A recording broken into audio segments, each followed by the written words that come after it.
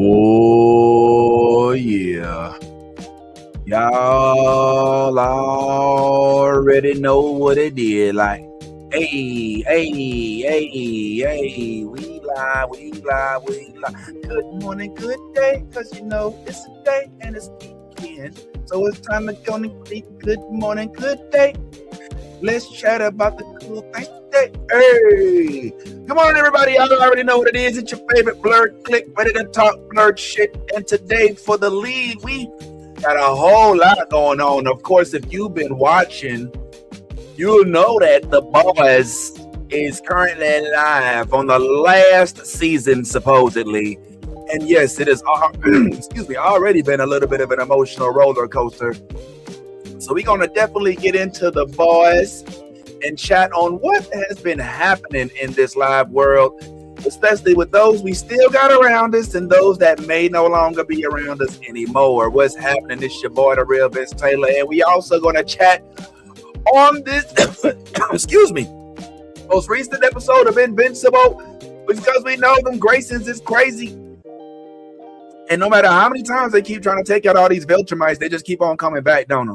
That's just how they do. That's just what happens in the Viltrumite universe. So let's go ahead and chat on that. In addition to that, we do have Mr. Hell's Kitchen, who's been doing his thing as well. And so we definitely have to chat on what's been going on with Matt Murdock, Foggy, and the crew. Oh, my bad, Foggy. Well, if you've been watching, you might notice that he's been kind of showing up a little bit. But in addition to him showing up, of course, it's the boy, Mr. Cole North. Oh, yes, who is going to be talking with us here again pretty soon. So fret not, my friends, fret not. We'll be chatting on that. And a couple quick announcements. As you are liking and subscribing everything out there, we will be talking with your boy Elgin this upcoming week, y'all. Yeah, in fact, I think that's set for this upcoming Monday or Tuesday. Might even be a live stream.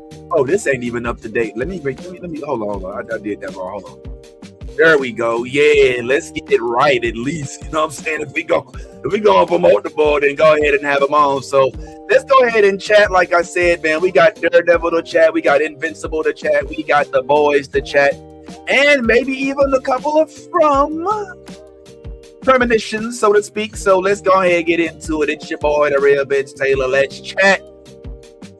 New Blurred Order. Listen up. New Blurred. Hold on. Can I do that again? Hey, check out New Blurred Order. They're a whole vibe. It's the newest thing on the. Sorry, let me try that again. I'm so sorry. Hey, shout out to New Blurred Order. They're a whole vibe. The funniest people, the friendliest people, and also the nerdiest people you ever see. And they're black. Check them out.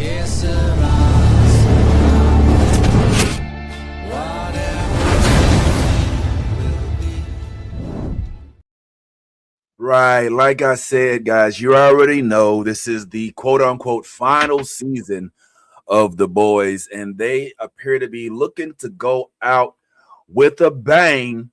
So let's chat on that first and foremost as our justice lead for the morning, and then we'll get into a couple other things. If I'm being honest, there's a lot to discuss, many things that we probably won't even get a chance to chat about on this here segment today, but oh, what's going on? My man's here. What's going on? Oh, Ty Breezy. What's happening, man?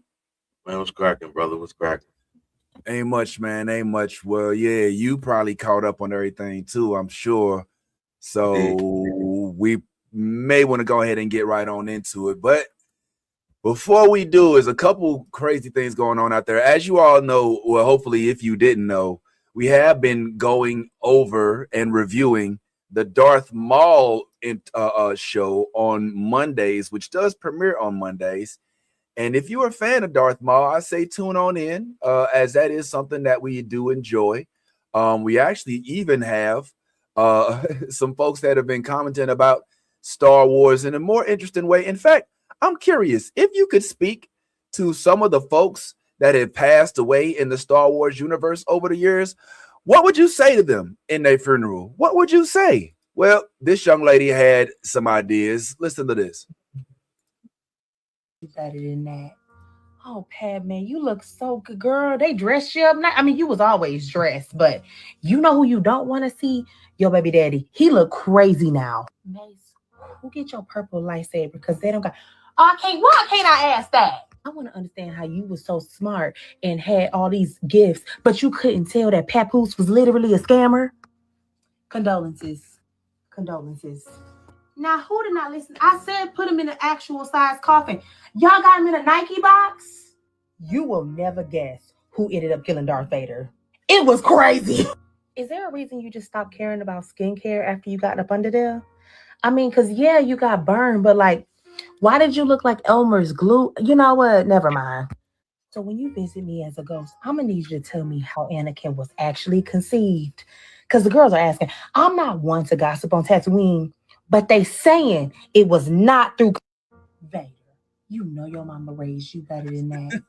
Oh, Padme, you look so good, Yeah, girl. so They this was dress you. just a quick rendition of. I thought it was kind of funny, you know what I mean?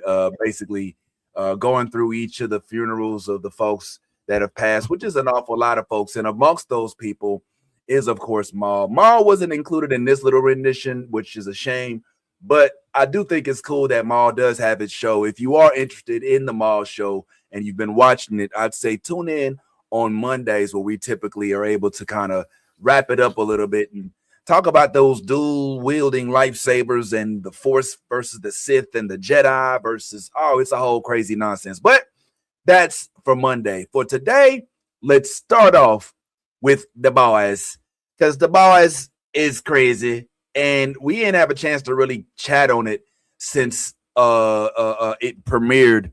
I mean, we chatted on it a little bit last week after my internet decided to finally start working. But for this week, I figured we could delve a little bit deeper into it, especially because, like I said, it is the last season, according to them, which I don't know. For some reason, I tend not to believe that it's the last season. I'm in denial for some reason, Ty. I feel like we being, like, you know how it's like, it's the final season, but I feel like they're going to flip it in a manner that makes it so that it leads right into a spinoff of sorts. So it's not going to be the last time we see these characters. There's no way in the world they're about to kill all these characters off and just walk off into the sunset. I don't mean kill them off as in like make them die, but I mean just not give us more series or more shows that have them. I mean, clearly Gen V is still a thing. And so I don't know. You are you buying this last season thing? I don't know. Something, it feels weird. I kind of think you're on to something. I think that I think this is definitely the last season of The Boys, but Gen V is still a thing. And I think that ultimately, you know, based off the Gen V storyline, it appears that, you know, old girl might be the only one that can kill Homeland. You know what I'm saying? So, and especially with them playing with this new concept of immortality, that they're, you know, like that they're playing with. So I kind of feel like, you know, Homelander will ultimately get the V that will cause him to be immortal, so to speak. And then in Gen V, we'll find out that secrets hide in the blood, and once old girl, you know, taps into your blood count, doesn't matter what you don't put in there, you know, because remember she can separate things from your blood. Right. Yeah, she's done that. She's actually done that. So yeah, man, I think you're right that the storyline will not stop with the ending of this boys season, but I do definitely think that this is the final season for sure. Okay, final season, fine, maybe final season of The Boys, but it's kind of like everything else that is in the whole geek culture ish, where it's like, all right, well, yeah, that might end off, but we're just gonna get another version of it, you know. Yeah, the Clone Wars ends, but the Rebels now starts.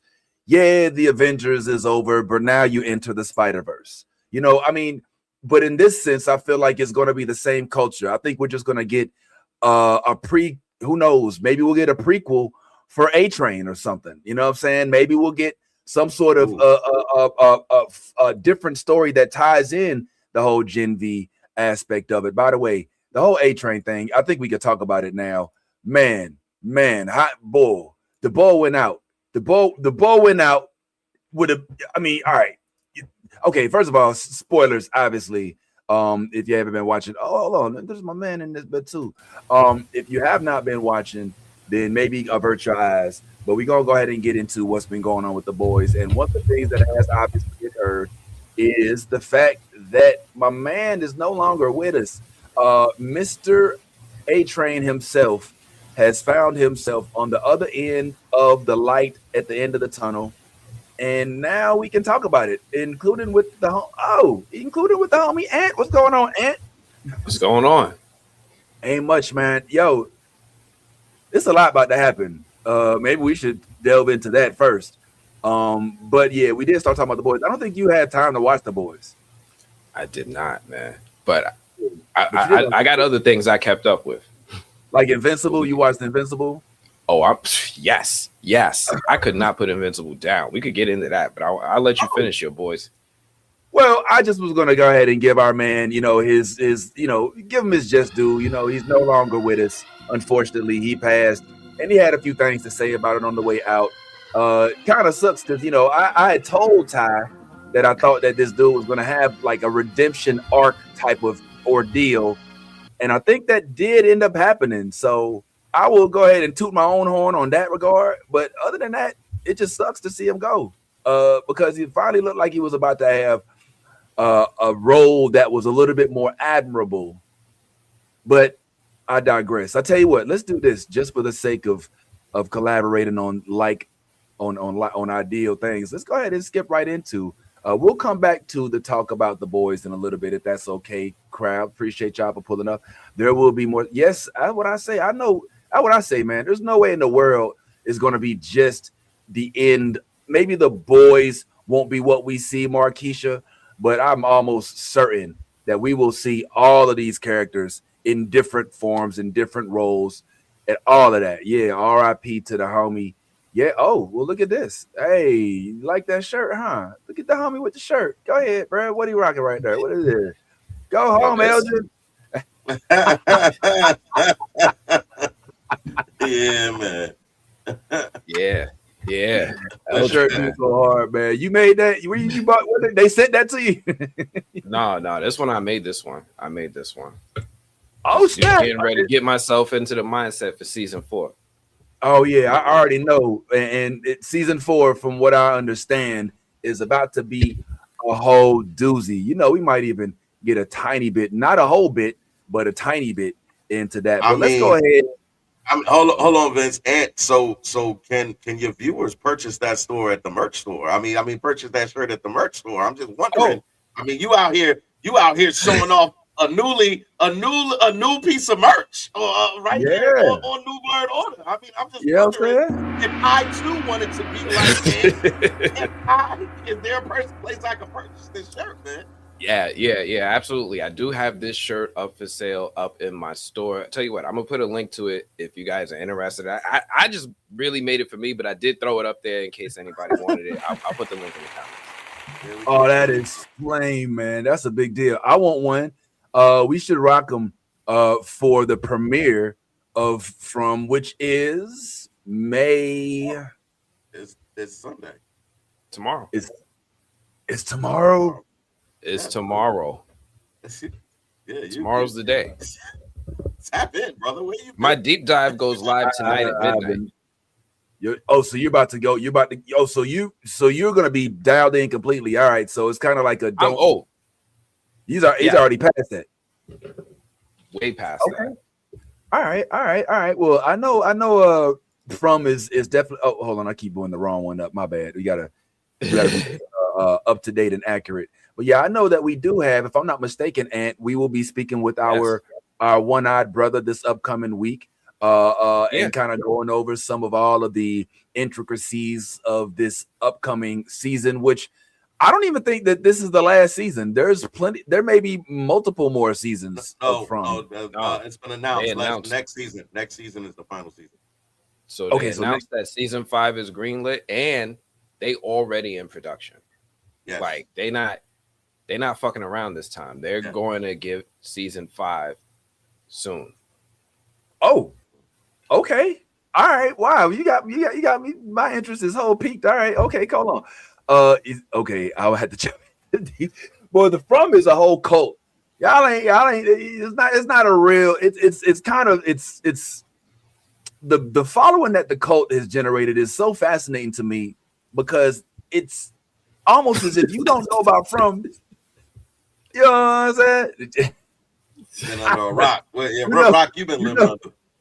You know Ant a little too well, huh, Lisa? You look around like don't talk to me. I don't want to tell nobody what I already know. Yeah, I asked the one-eyed man what's going on. Oh, who's going to be on the live stream on Monday? So right after the premiere, we're going to be able to talk to Elgin about the premiere on Monday. So I'll put the live stream link up. It's going to be Monday at 6, and I think some of the blurs is popping up. Right, we're going to pop up and show out.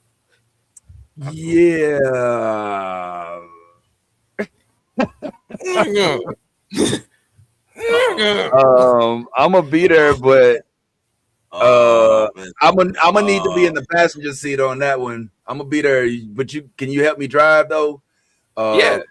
Okay, yeah. As long as you can do that, because I'm gonna be in a different location, and I don't want to be in a place where the internet's gonna be all mucky or whatever. Okay. I'll be at a No. I can drive. You feel me? Yeah, as long as you can drive, yeah, I'm pulling up for sure. And hold on, since we doing announcements, don't we also have, in terms of spoons, don't we also have some other exciting things? Spoons. Yeah, a spoon. That's your hint. Yeah. You're alluding to something using spoons. Yeah, that's my hint. I haven't the famous spoon. Yeah, the spoon. Just don't tell us what we're talking about. That was not a good. That wasn't. We got a whole spoon thing going on. You know what I'm saying? Spoon. Yep, me and the fellas. Yep, we got a spoon thing going on coming up pretty soon. The spoon we got going on, bro. Now you threw me, bro. we talking with a spoon, maybe. Like, I don't know. Yeah, with a spoon. Yeah. Yeah. Okay. Yeah. Okay. No, I'm not talking with a spoon. No. You don't know what I'm talking about? No, I never know what you're talking about if you talk about spoon. Okay. Well, I was actually talking about this right here, my friend. Yeah. I hope it's some soup or a bowl of soup. A spoon for one of us. I know y'all been hearing some of the elements are dead. It ain't dead.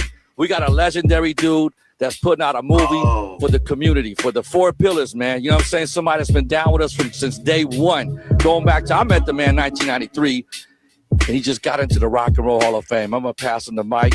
RZA, can you give us a quick shout out about what this movie's about so the DJs around the world can support, brother? Here you go. What up, Tech? What up, DJs around the world? My name is the RZA from the Almighty Wu-Tang Clan. I got a new film called One Spoon of Chocolate coming out May 1st in theaters. This is a film following some young people trying to find a better way in life, but get caught up in the struggle, yo. And we all been through that struggle. It stars Shamik Moore as the hero. We got Blair Underwood as the mentor. We got Paris Jackson in the building. We got RJ Seiler in the building. Janelle Young in the building. Rockman Dunbar in the building. And it's one of those movies where the soundtrack of our lives is going to play throughout this movie. You know what I mean? I'm talking about music from Ice Cube, Biggie, Wu-Tang, etc. All inside this film. It's executive produced by Quentin Tarantino. So Quentin Tarantino is presenting this thing, and it's one of those bangers. All right, it's a banger. Written and directed by the RZA, written and directed by the hip hop culture.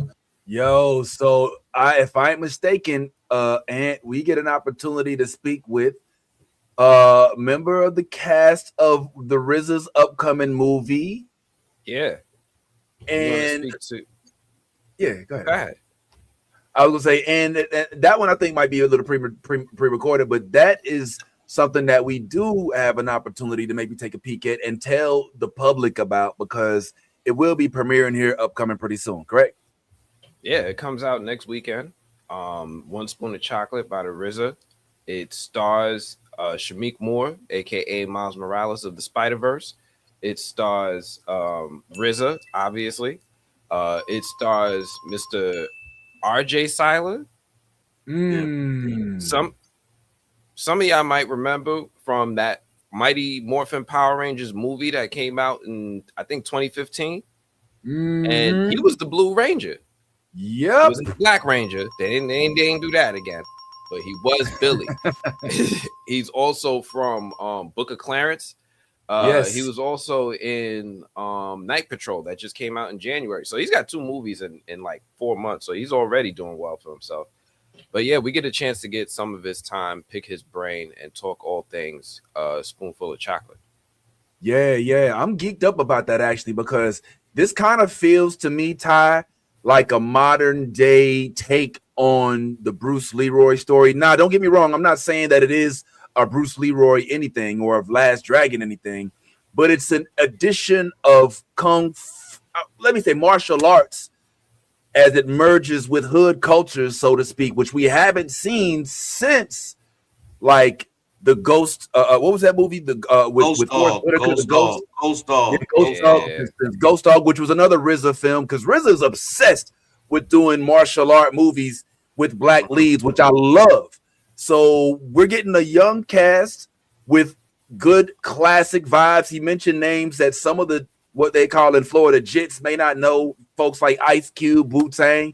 This was like the soundtrack of the 90s and the early 2000s. So it's something that's got me a little geeked up about it. What about you, Ty? Oh, 100%. I mean, the fact that he's got Quentin Tarantino kind of, captaining this ship a little bit. Quentin has a unique view when it in terms of incorporating music with the soundtrack in his soundtracks. So I think already having RZA is enough, but having Quentin, knowing the right scenes to play necessarily, whatever music that RZA's incorporating into the soundtrack is going to be, I think is going to play well. I'm excited about this. That young man too that they showed in the trailer. I don't think unless you watched a specific show, you know who that young man is. But there was a show on Apple TV that kind of goes. It follows like Kevin Durant's life coming up in high school and going on and on and on, and it stars Ice Cube's son as the coach of that team. I can't think of the name right off the top of my head right now, but it's a really, really good series. And I'll get the name before the end of the show and put that in the comment section as well, because that doesn't get enough recognition. I think they stopped it after like season 2 or 3, and they really should. Swagger. Oh my gosh, Swagger was a very, very, very good show that touched it touched on a lot of different subjects, but very, very, very, very well written show that doesn't get enough credit. And that young man that you saw in the trailer initially that was coming out of the convenience store, he's the star of that show. So definitely want to give him props. I'm finding out his name as well, so we can give him the right recognition that he deserves. But I'm excited for this. I'm definitely excited for this project. Yeah, man. I'm looking forward to that. I'm looking forward to being able to speak with these folks. Yeah, it's time to get back into action. I know myself, I've been like hella busy, hella swamped. It's been kind of crazy. Just keep my head above water. Saturday mornings is my free time. I bet, and you probably feel the same way. I don't know how we juggle as much stuff as we do and still got to be husbands and fathers at the same time, optionally. All right. Sometimes I reconsider those options. We'll talk about that later. I just play. But yo, here's a real quick for those of y'all who do really enjoy this shirt that Ant has, which is so dope. Check it out. Yes, want to see it again? Here it is. Look at the shirt. Ooh, you can get this shirt right here. All right, so go ahead and screenshot it. We probably got to figure out a way to maybe get a QR code. QR code. Yeah, because we can make QR codes as well. So the shirt slaps.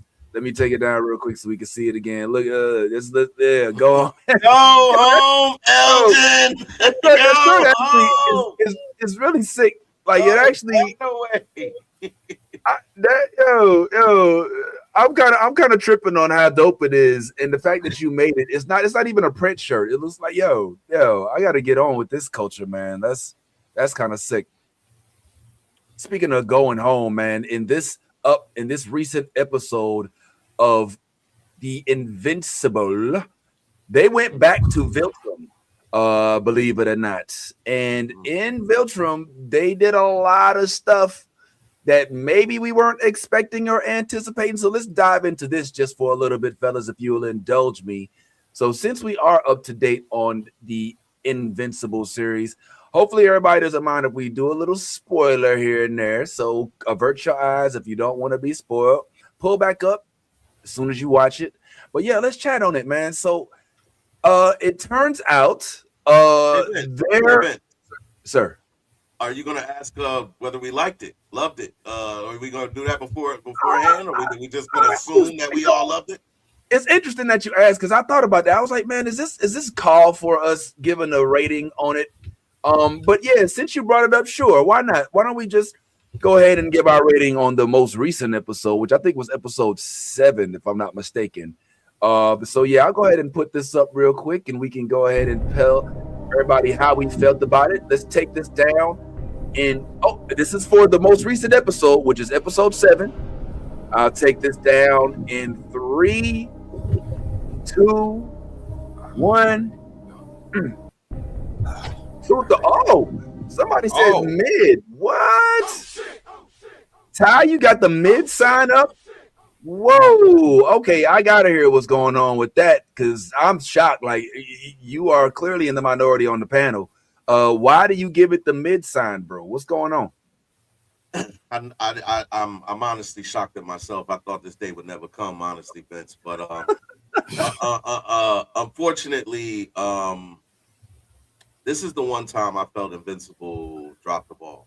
Whoa. I think me and you had a conversation last week, and I told you my predictions on what would happen this week, and everything seemed as though I was 100% right until I wasn't. I see. And that to me was a dropped opportunity. Everything had been set up from the 2 episodes prior. One, we get, Mark kills Conquest, is critically injured. The next episode, we have Nolan and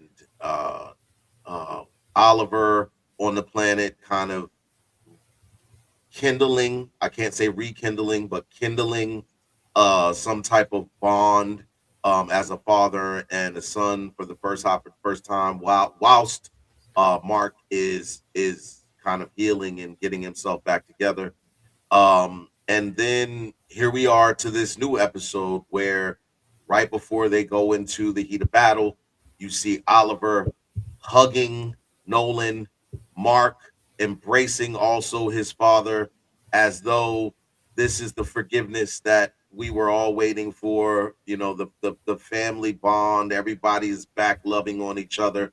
Well, in movies and TV shows, whenever that happens, whenever something great happens like that, you can almost always expect tragedy to befall, right? So this episode, I was expecting tragedy to befall in the worst kind of way, because I needed that Glenn moment for a show like this, and I felt like it's only right that we have a Glenn moment, since we have Glenn. Oh wow. So I really thought that, based off of everything that we saw, that this was the perfect time to kill off Nolan. It was the absolute. If I'm in the writing room, this is the pinnacle of what I've built up these last 2 episodes for, was that real loss. And we've seen a lot of different things in terms of how Viltrumites survive and how they die. And I feel like the needle's being moved when it's convenient, and I didn't like that. I was like, all right, we saw Speed Racer shoot holes through Viltrumites. We've seen Conquest die by getting choked to death. There's a lot of weird stuff going on, because if I'm not mistaken, did we not see Thrag put his whole hand through Nolan's chest? Did we not see him go to the other side with it? I know what you can say with Mark is like, oh well, Mark was ripped open, and all of his, well, he wasn't ripped clean open. He was ripped open, and then he still had back. So I guess as long as you got back, you can close up, as a Viltrumite. But in this instant, we see Oliver get his whole face ripped clean off, jawline just ripped clean off his face, and looked like he was like halfway severed. He doesn't die. We go through the drag fight. Drag puts his whole hand through Nolan. We think he's dead. He doesn't die. Mark is basically almost beaten to death and his brain almost crushed, but we understand that Drag pulled up. Understandably, he lives. But this was the episode where I felt like we've been holding true to a lot of things in the Invincible series, and I felt like the needle was moved to fit the storyline, I guess the way that the writers wanted it to be fit, but a lot of it didn't make sense. So yeah, I was a little upset that they dropped the ball on allowing us to deal with the emotions that would come about from a Nolan death. I think as fans, we've grown to like this new version of Nolan, and so with him dying in this episode, it would have been epic for the season finale, because now, if I'm being honest, I don't have the same expectations, and I also don't have the same preparation in terms of how I'm going to deal with Nolan's death at this point, because it's like you had an opportunity to kill him, you didn't kill him. Now what? We're going to go into the next episode and then kill him. If that happens, then I'm just going to be like, y'all dropped the ball for sure on that, because if the plan was to kill him in the first place, then why not just do it when you have the opportunity? Why leave it out and then come back and then do it all again? It's just weird to me. I don't know, but that's how I felt about it. Oh my goodness. Okay, so what I'm hearing, Anthony, from Ty, is that I made a prediction. They didn't listen to me. I'm unhappy about it. I mean, his point is also to be taken a little seriously. Ty is looking for the emotional connection that you get when you lose a prominent member of the cast, that makes you kind of a little bit more emotionally involved with the show. Like he said, the Glenn moment, so to speak. I don't think that moment is gone. I don't think that maybe they wanted to do it at this point. Maybe what do you think about what Ty's saying? Because we both had our thumbs solidly up. At first, I had my mindset on just rebuttaling what he was saying, but the more he started speaking, I'm thinking about the way the show was evolving, and it was leading up, or at least setting up the idea that he was going to die, that Nolan was going to get killed before the end of the season. Like, a lot of stuff was built up to have finality, to end his story, like his arc. Like, we saw him as a child, we saw him with his parents. Now we understand why he is the way he is. We see how he reacted when Mark had, like, we went through his whole arc. But the show was also planting seeds to go against it, which is, yes, Mark getting beaten to the point where his guts got spewed out. Like, was the show letting you know, hey, Viltrumites can heal from crazy stuff. They're not going to heal fast, but they will heal from some crazy stuff. I get his point now. I really do. I really do get his point in that it feels a little disappointing that Nolan didn't die. But best believe this. I feel like Nolan will die. He is not coming out of this on the other side alive, especially with Thrag. It's just that it didn't happen yet. And if it didn't happen yet, that means the show either has more to do with him, because he still has this whole thing with his wife that he's trying to wrap up, or they're going to just make him rise higher so the fall feels more painful. It's coming. I believe it. I'm picking up what y'all putting down. I think that the I guess what you're saying is kind of the mood is set, so to speak. The room has already been primed for his death. All of those warning signs are in front of us. We've been given more backstories, so now we feel for him a little bit more. He's had a little bit of a redemption episode where he goes back and says, "I'm sorry to everybody," even though what's Debbie, broke her hand, trying to hit him in the chest and all that. He even said, "I was lying about the lady that I was with," and then said to his son, like, "I was just playing when I was lying about it." You know what I'm saying? Like, he's been living out of both sides out of his mouth. But yeah, ultimately, your point is taken, Ty. Like, they gave you all of the right, I guess, crumbs or the Reese's Pieces leading into the shed, showing that this is the point in which he more than likely won't stay. And if he was to be taken off the map, you would kind of understand it, and it would lead to a different, a different time, a different mind frame for the show, because now essentially Mark and Oliver become the final remaining Viltrumites that we can trust, because they took care of your boy, what's my man's name? The betrayer. Thetis. They took care of Thetis. And I mean, my dog was straight ruthless. I'm not gonna lie. Okay, so let's in addition talk about Thrag. You want to talk about Thrag? What you guys say about Thrag? Yo, I ain't never seen, like, I was sitting here all season long. Like, how bad could Thrag be? Like, is he like I'm starting to get this whole Dragon Ball Z parallel, like the Goku story with Gohan and they about to go against Frieza. I'm like, how bad could Thrag be? When this motherfucker pulled Nolan in with his wind up of a punch, did you see that moment when he pulled it? Like, Nolan was like, the fuck? Like, no. He did. Wind up pulled him in, and then he hit him with the sure you can.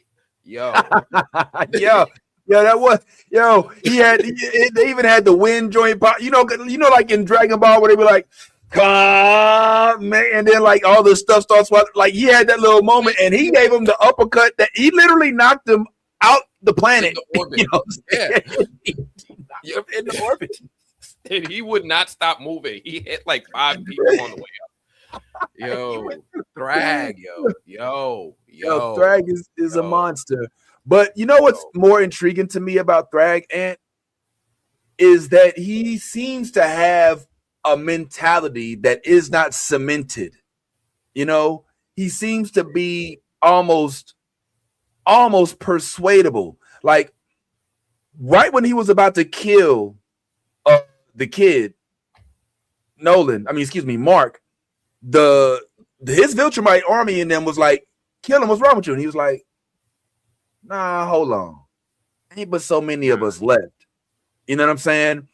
And what's the reason for him doing that? In my opinion, it's because if he was doing this under the old regime, then obviously they have to die. Because the betrayer, they working with this dude, they are literally out to kill the remaining Viltrumites, of which I think there's only 40 left, I think they said in the show. But there's a greater plan, and he's not doing it the way I think that the ordinary Viltrumite mindset would be doing it. And that's what caused me to believe that this dude Thrag there might be more to him than what we're being led on to believe. Like, he could have easily killed all three of them, Nolan, Oliver, and Mark, but it's not happening. And why is that? Well, Ty, you want to take this? Yeah, it's very simple. First of all, I don't agree at all with you in terms of Thrag being. I think what it is Thrag has been indoctrinated from his very birth. If you remember, he went through all the training from birth to become what he is. So that's why the Viltrumites kind of revere him the way that they revere him. If you remember, before they went to fight, Nolan said, yo, however strong you think you are, I get stronger. Like, yo, do not, I repeat, do not engage with this man by yourself. Do not do it. I don't care what Oliver, I'm serious. Don't do it. Yeah. Like, and look, and despite Oliver, despite you telling Oliver 3 million times, Oliver gonna do exactly what you told him not to do, which is why he lost his damn jaw.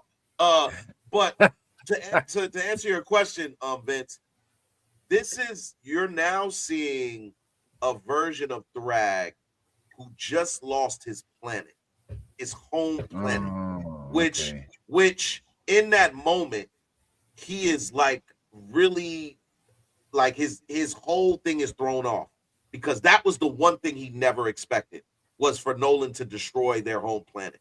Viltrum meant so much to him, more than any other Viltrumite, because again, he was indoctrinated from birth only to serve the Empire. So his whole thing was to keep the Empire alive and rebuild the Empire. The only place he felt like he could do that was on their home planet of Viltrum.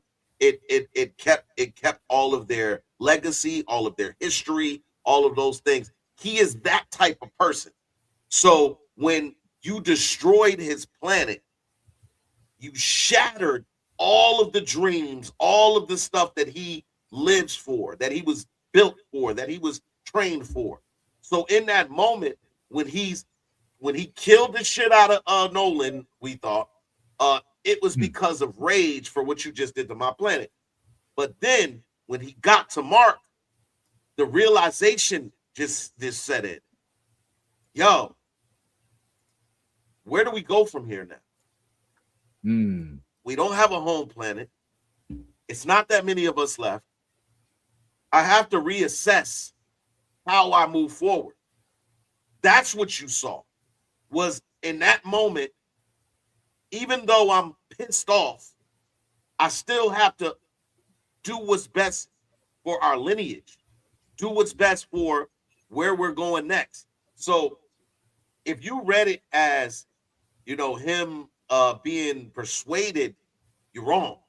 He just was kind of reeling from the fact that I just saw my planet destroyed right in front of my eyes, and there was nothing I could do about it. And now what do I do next? What's the next move? I still got these soldiers looking to me to lead. I still, those type of things, all of those things that could go into that moment was going into that moment, man. So that's what we saw. All right. Yeah. I feel like with Thrag being so attached to the planet, I feel like maybe he does have a different sense of conquest, so to speak, to use for lack of a better word now, because it's like, wasn't the original goal to, because remember their whole motto is all is ours. Well, your own planet ain't even yours no more, like it's gone. So that's what I'm saying, like in terms of him being persuadable, not necessarily persuadable by other people, so to speak, but just in a sense that he may not necessarily leave this experience thinking, all right, we still got to go out there and conquer everything. You feel me? Like there may be a different mindset that ensues now as a result of this, of the sequence of events. No, I'm tripping. You bugging, man. That you bugging. What you I feel like this type of stuff, the story before though, right? Like when they blew up the Death Star in Star Wars, did the Sith be like, oh man, maybe we had it wrong? Nah, they was like, no, they did it down. Double down. We about to build another one. We about to get back at these fools. We about to take over more planets. They nah. And the same thing with Thrag. Just because you destroyed his planet doesn't mean he's gonna all of a sudden rethink whether or not all is theirs. He's gonna feel insulted, and he's gonna get, he's gonna get motivated to double down. But what's he doing now? Like, what was the purpose of leaving them alive then? Because it's not like they're the only ones that can reproduce. It's because there's too few of them, right? He was already being easy because there were only 50 of them. Don't forget, they gave us this flashback, like when there were millions of them, he just made them fight each other to the death. While he was just chilling. Like he halved the population on some like, yo, y'all are too weak shit. So when there's now less than 50 of them, like he cares about his people, he cares about the numbers, and he doesn't want to go extinct. Like he thinks about things on another level. Like Ty said, he was raised since birth, not just to be in this position now, but to lead, to prosper, to thrive. He was talking about how he reveres the last leader and how he's going to carry the Viltrumites into their glory days and then it all fell apart. They got poisoned. Their population went down to 50. They don't know yet how to reproduce safely, except, you know, with maybe a bug creature. So it's not looking good for the Viltrumites right now. And he's not about to just sit here and start killing the last ones left. Oh, even man. God let Superman live. Yeah, and Vince is more or less like this. If you had a plan in a war, right, and your plan doesn't go the way that you don't give up the war. You don't just be like, oh, we gonna give up. You fall back, you make another plan, and then you go at it again. Which is and you got to look at Thrag like more like an army general. Like, don't look at him as just like the president. Don't look at him as just a diplomatic figure. He's not that. This nigga was bred for war. So when he just lost, what he just did, that was he won the battle, that particular battle. But in terms of what he was trying to do, he lost. So he had to come. He has to regroup, get the rest of the Viltrumites that are alive together in one place, and then come up with a plan of attack. Because now Viltrum is no longer our safe haven. It's no longer our base of operations. We have to now find a new base of operations and come up with a new plan. And I think all of this is, you got to understand, he's got to process all of this split second timing. It just happened. I'm still fighting these two dudes. I just put my hand through one of them, and now I'm thinking about crushing the other one's head. And all of this is processing, along with the emotions that are going through me right now, because everything I stand for, everything I was bred for, just was blown the fuck up. And that's what we just saw. His planet blown to pieces. Did you not see the faces of every Viltrumite when they literally made it a thing to pan the camera to every face of every Viltrumite, and look, their faces, all you could read all the expressions on every face, the disbelief. Like, this can't happen to us. We do this. It doesn't get done to us. We blow up planets. We kill the population if they're weak. This doesn't happen to us. And man, that's what you experience in that moment. Great job, by the way, by the cameraman and everybody.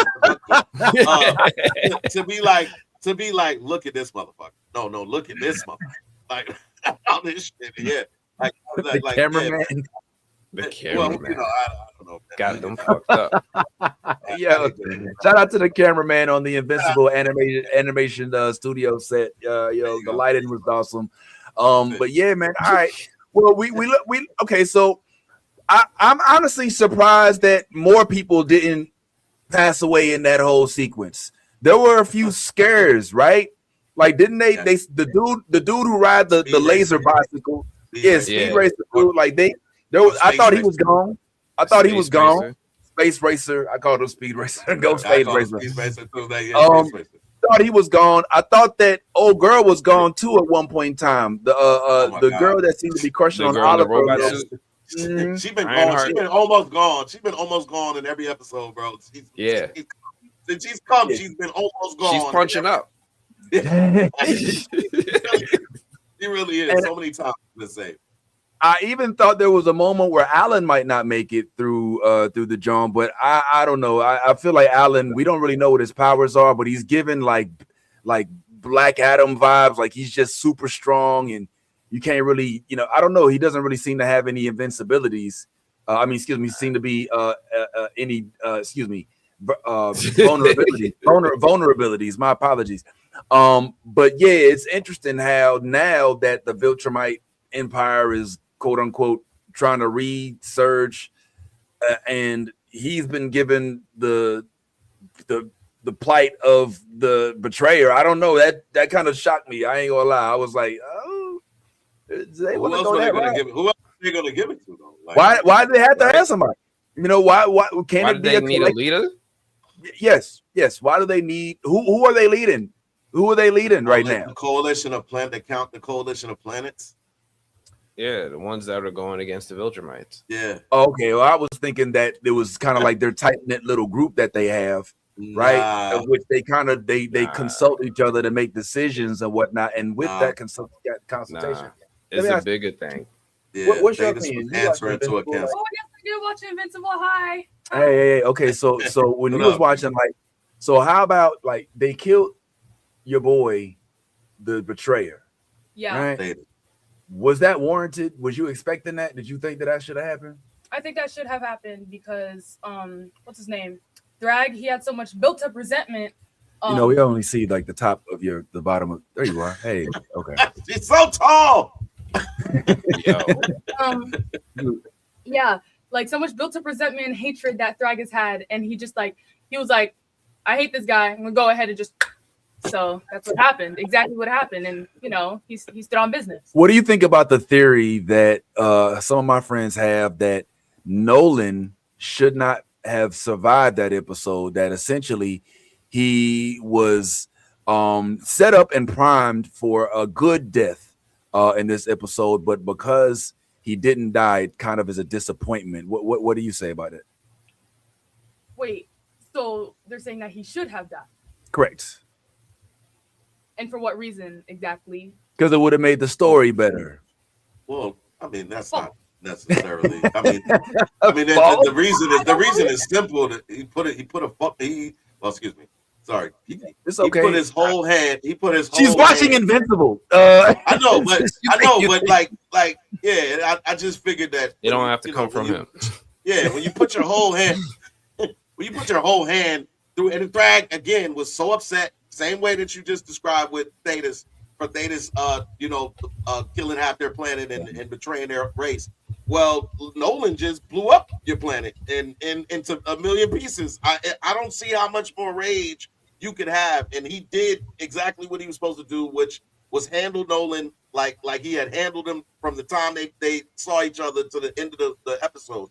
I just thought that when you get to that moment with someone like Thrag, who's that powerful, and in that moment where you've already established that Nolan has rekindled the relationship with Oliver, he's kindled the relationship with Oliver, rekindled the relationship with Mark, and been on this arc of redemption where everybody starts to like Nolan. You've got everybody who's like, oh, he's a good guy now. Oh, he's good. Yeah, Nolan's good. Yeah. I was like, he's my best friend. He's really a good guy. He's my best friend. Yeah. So now everybody's liking Nolan, including myself. Like the build up was there. Like this is what you do those things for in storylines. You like same thing with A-Train. We were talking about the boys earlier. Like we had to grow. A-Train had to grow on us so that when they finally caused his demise, it feels different as a viewer. That's what bringing the audience is about. That's why the Glenn moment in Walking Dead was such a huge moment. And I just thought that this was a missed opportunity. That's all. So what do you think about that, Kiki? Well, honestly, I think you're just like talking about the redemption of A-Train and also Nolan, but like killing him off because of that wouldn't have bettered the story. We all forgive him for the Chicago incident, and we never forget. But you forgive him for the Chicago incident? Somewhat. I mean, he said sorry a couple times. He said sorry. What about the people that are dead? What about the whole city? What about remember he got Eve's dad fired. You know what I'm saying? Like, well, Eve's dad deserved that. He's worse than Thrag himself. That part. Oh, wow. What's going on? Yeah, it's just me and Kiki. Yeah. Okay. All right. Well, what do you think about the fact that? Do you think that they should have let Oliver regenerate? Should they have let him go ahead? I mean, because I thought he was dead. I thought the bull had passed away. Well, he's half Viltrumite, and Viltrumites heal very fast. So, yeah. All right, where you going? Are you talking to me? No. What are you You talking look about? like you about to go somewhere. Where you going? Oh, I gotta go to my volleyball tournament. Oh, isn't that interesting? Very yes. Yeah, that's nice. All right, well, cool. Well, we won't hold you, man. I appreciate you Yeah. contributing. Anything else you want to say about Invincible before you head on the road on your volleyball tournament excursion, so to speak? Nah. Hey, All right, hey, Kiki, every time you score today, I want you to yell out "thrag." You watched Invincible? You got opinions? Oh, you don't? Okay. What's up? What? Okay. All my kids, the daughters are here. Hey, Hey. it's a family show. It's a family show. All right.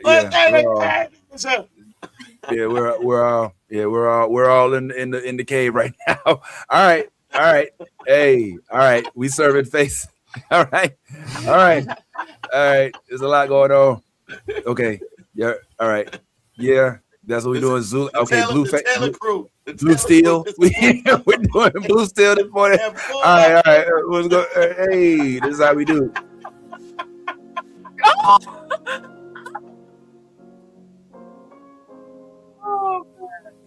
Oh man, I feel like there should be camera flashes going on right now. There should be a whole bunch of camera flashes. Yeah.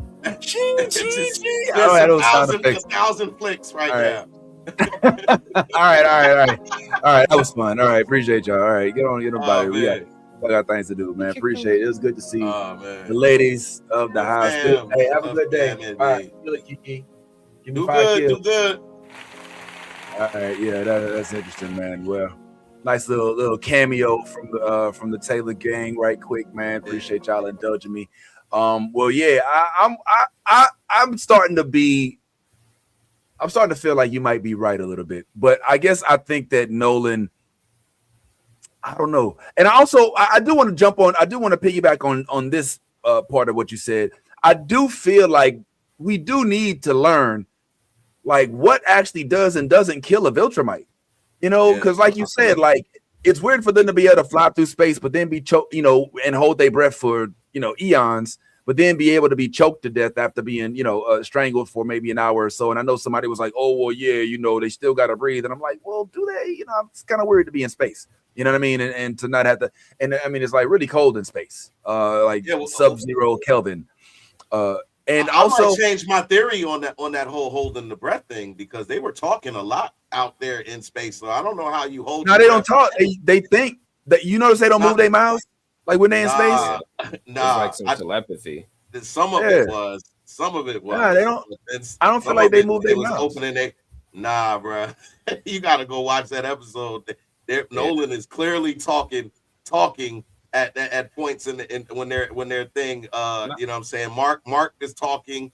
Not everything is only, if I'm being honest, the only two people that I see doing that is Alan and Nolan. Nolan and Alan are the ones that use the telepathy thing.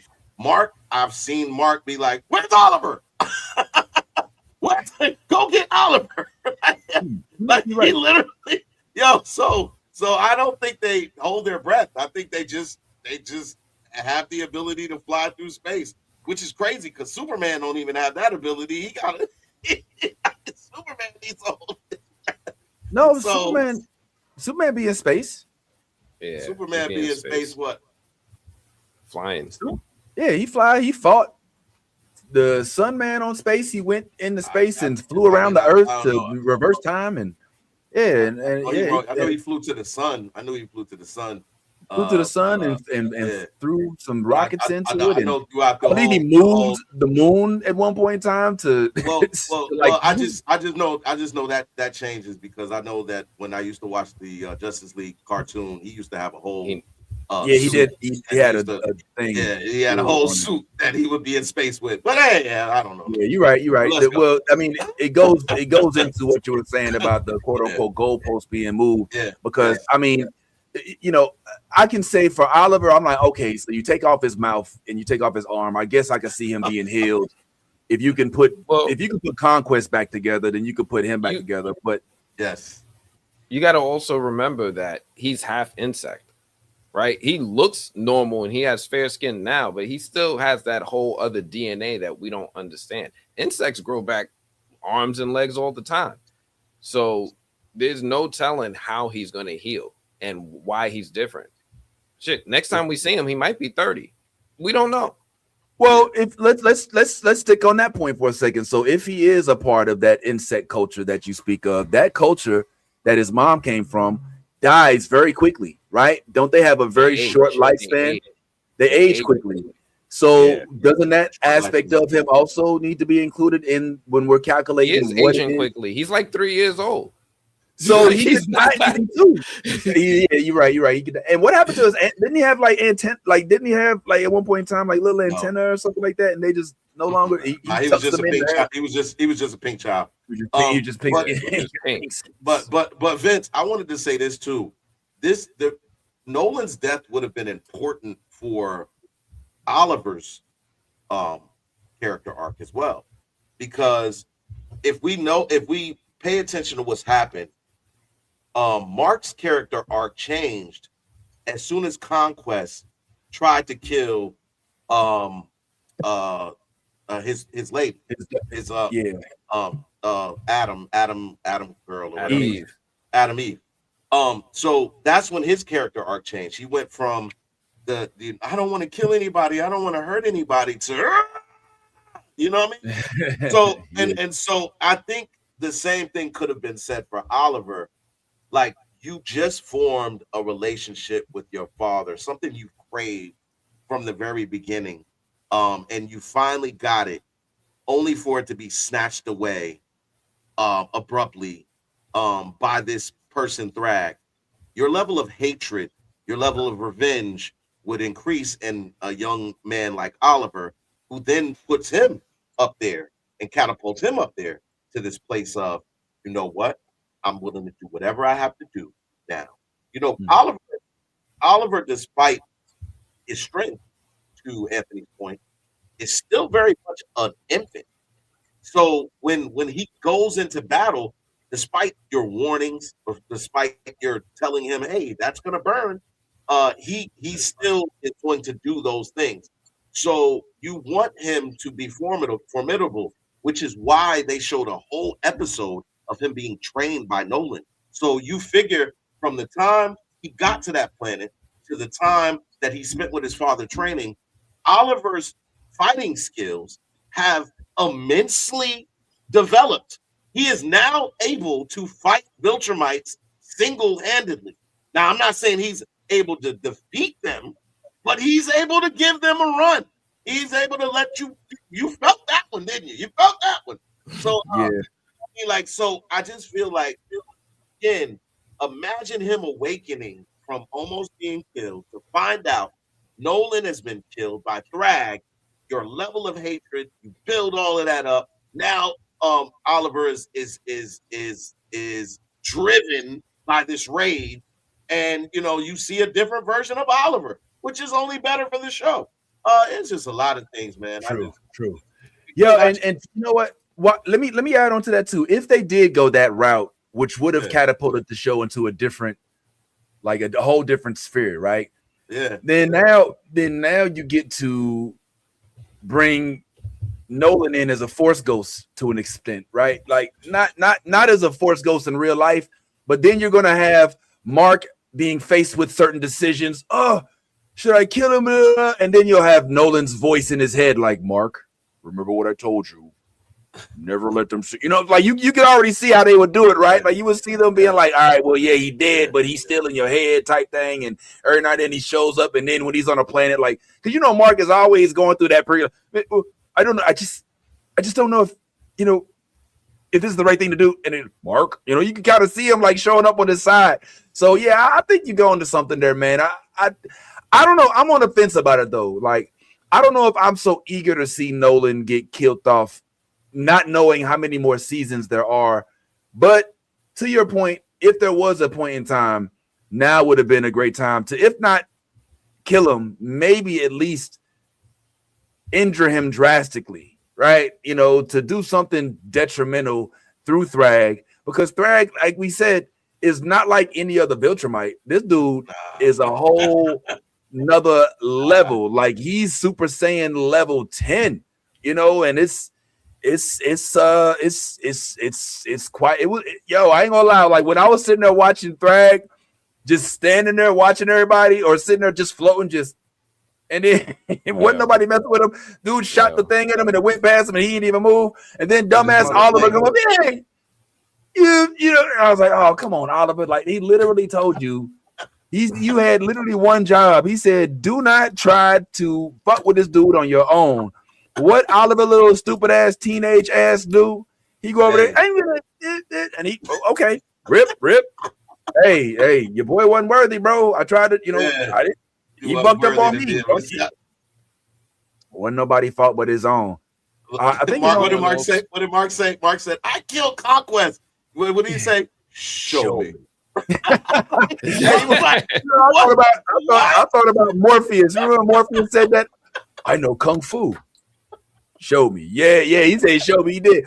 All right, what do y'all think about the thought that went through Nolan's head when he decided that he was going to go ahead and tear up the planet? Like, because I didn't see that coming. I literally didn't. Like, I saw them looking past Oliver's body and then him seeing the planet. And I, at one point in time, like he had all of them flying towards the planet as if they were all about to go into it. It didn't work out that way. Do you think that the desired impact was met, or is it just going to make Thrag just even more angry that he destroyed the planet now? And guess where they are now? Earth. You want to take that one, Ed? I mean, I think Nolan this whole time has been showing signs that he's got his own motive. Like he's working with the Federation of Planets, but every time they really ask him where his loyalties are, he still could be giving you, you know, big Viltrumite vibes. He's like, no, you know, we are a strong people. You know, I don't really believe in genocide of our people.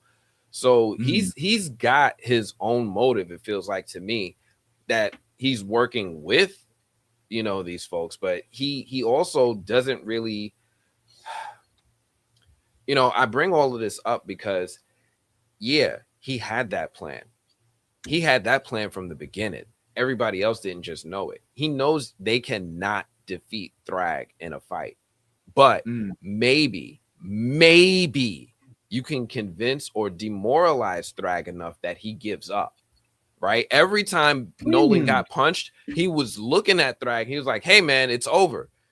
Give up. Yeah. Please. Give up. Like,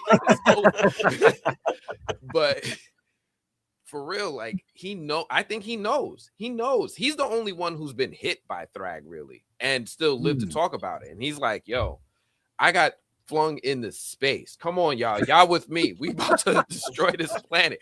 There's nothing else we can do.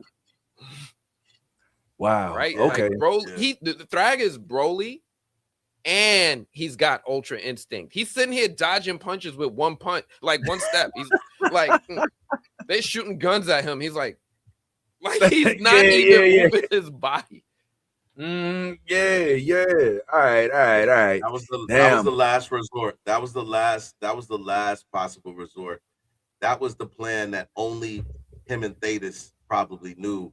Like that was something that they talked to alone. They was like, look, if shit goes left, which it probably will, this is gonna be our last remaining choice. And you could tell in that moment that after getting knocked into space, damn near couldn't stop until you hit some rocks and all kind of shit to stop your speed. This is all we have left. This is our last Hail Mary play. This is Project Hail Mary. This is what it is. Yo, you know they went into like a football formation, right? Like it was like, all right, y'all play defense. Like the guys on the outside break off. Boom. Wait, now it's just me, Mark, and Thetis. And the rest of y'all hold them off just long enough for us to follow this laser beam to the core of the planet, burst through the planet, and the laser beam is gonna come out on the other. That was crazy to me. I was just like, wow, this is wild business. But if you're asking, did it get the reaction that Nolan was aiming for, yes, it got the reaction that he was aiming for, which was to crush the spirit of Thrag. You can't beat him physically. That is not happening. Like when Mark said, "Well, how do we defeat him?" and he looked at Nolan. Nolan looked at that looked like, "I don't fucking know." we like this. We can't. And then he died right after. Well, what we thought was dead. Go ahead. I wish we got at some point in time. I hope to buck into somebody who may have already kind of delved into the comics, because I understand that there's many things different about the way that it was written than the way that it's being depicted on the screen. One of the questions I have is, what is it that's so different about Thrag that makes him more powerful? What is it that gave him more strength than your average Viltrumite? Because from what I see, it doesn't look like he's that much different, unless he just worked out more or just had a different dietary. I don't know, what is he got the PED thing going on? Like what is it that makes him so much more special than Nolan, who we originally thought was like the most evil, most strongest Viltrumite that could be? And then Conquest, remember Conquest backed down from him too? It looked like they was about to get it in for a little bit, and Conquest was like, "Nah, I think I want to." And he was like, "Chill." I won't say it again. I won't repeat myself. I won't repeat myself is what he said. He was like, "All right."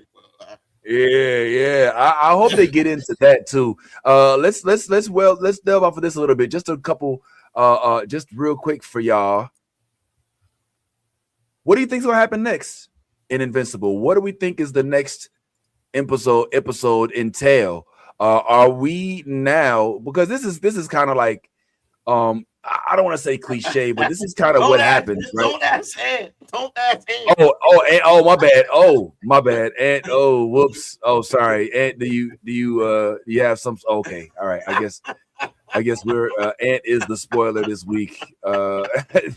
So Ty, what do you think is going to happen? You don't have any spoilers, right? I haven't. Yes, I have not seen the finale, but I feel like it's only really they've kind of boxed themselves in to this point. It like the only thing that could happen at this point is reactionary stuff, and I think that Thrag is going to do the one thing that anyone would do in that situation is, well, you destroyed my home.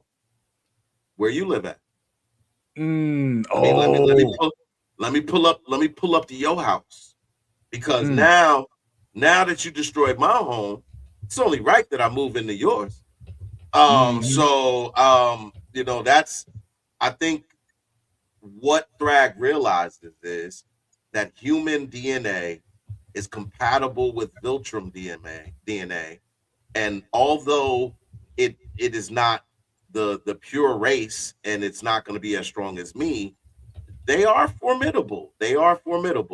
So maybe we can get lucky. I think that's what it's going to happen, is that they're going towards Earth, and now you include all of the superheroes of Earth trying to defend Earth against a Viltrum invasion of 40 or whatever the case may be. So now you're gonna have all the what's the guy that runs the organization on the planet? Walter Goggins' character. No, Walter Goggins. No, the guy that runs them. The guy that runs the Walter Goggins. The teleport. Cecil. Yeah, Cecil.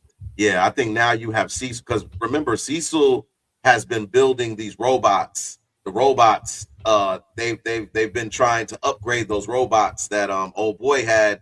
So he's been doing that.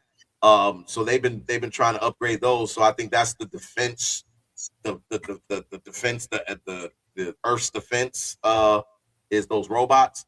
Plus, the Guardians and everything like that. So, but yeah, that's kind of where you boxed yourself into at this point. I think that's where we're going. I think the next episode is, the Viltrumites heading towards Earth to take over Earth. I think that you might get your wish in this next episode, which I think is the last episode for the season, if I'm not mistaken. Mm-hmm.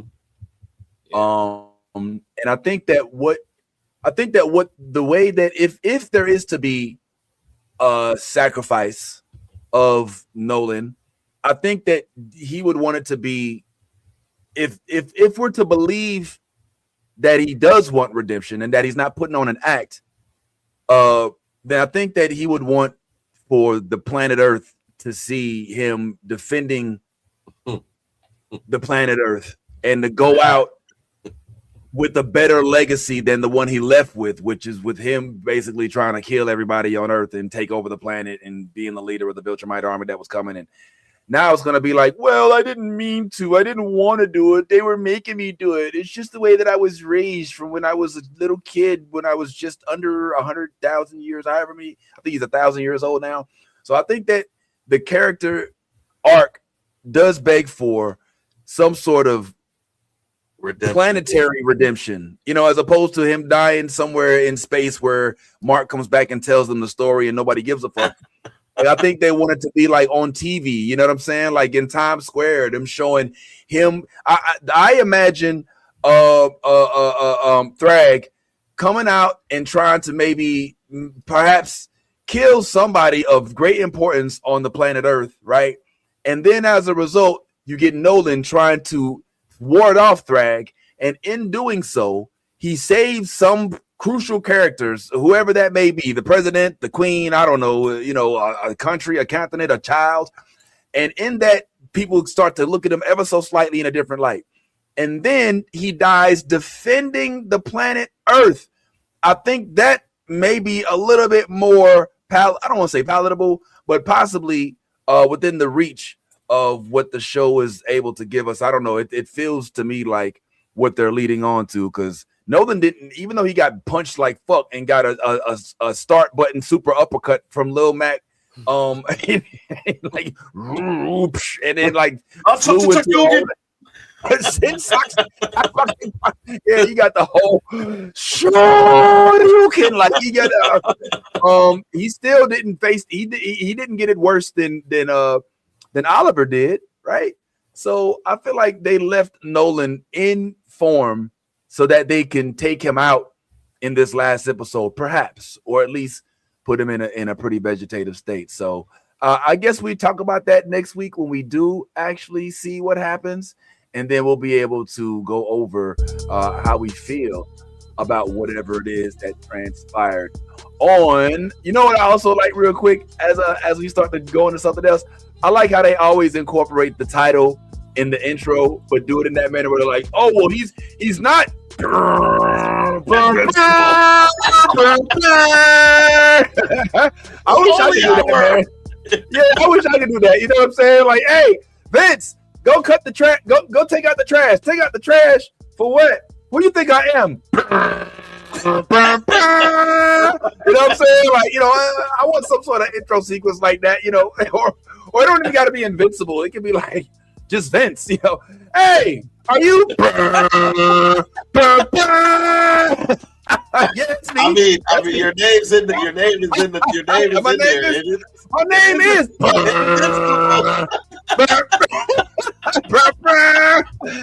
Oh man, you can't mess with that dude. Why? Because he think he. Yeah, bro.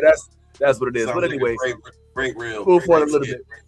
I know that my man isn't you know what, my dog Ant isn't, he's not up to par on these other joints that we've watched, so I don't know if we want to spoil them for him or not. Go for it.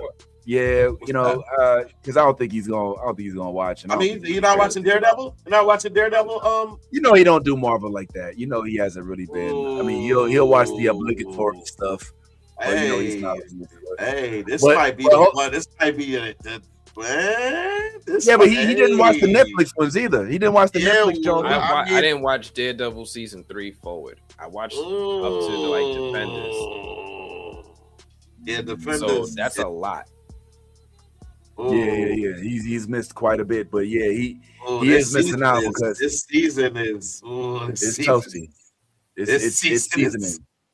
Yeah, this season is doing some things, man. Doing some things. Let's talk about it briefly then for a little bit, maybe not to give too much away for Ant, because I know Ant can't participate too much in this, but I'm sure he's got things to edit. I am curious. The comment section is coming for you. Yeah, let them get it. Let them get it. Yeah, let them hear it, man. Let them hear it. Why you let them hear it? Make sure y'all hit the QR code for the shirt, by the way. They have spoken, bro. Yeah, and tighten up. Yeah, look at that, bro. Yes, Metatron. I said this from the very jump. I brought this up when I was like, yo, Optimus Prime. Yeah, it's definitely Optimus Prime's voice was Status. Yeah.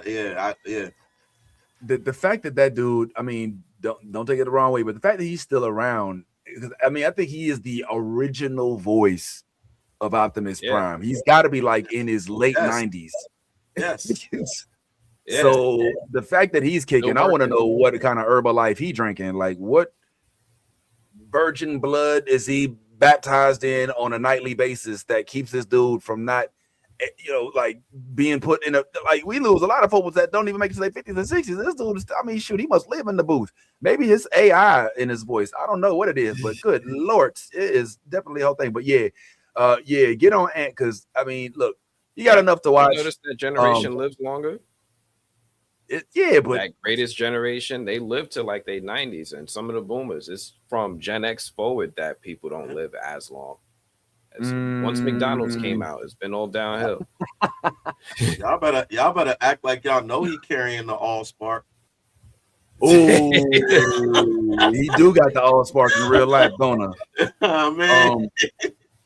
All right, so what about what's going on in Daredevil? I know you specifically, Ty, have expressed your love of some of the characters on Daredevil right now, specifically the one that totes a bullseye on his chest, if I'm not mistaken, or not on his chest, but as his sign. So talk about it, man. What I mean, we don't have to get into whether we like it or not. I mean, we know that we do. But what?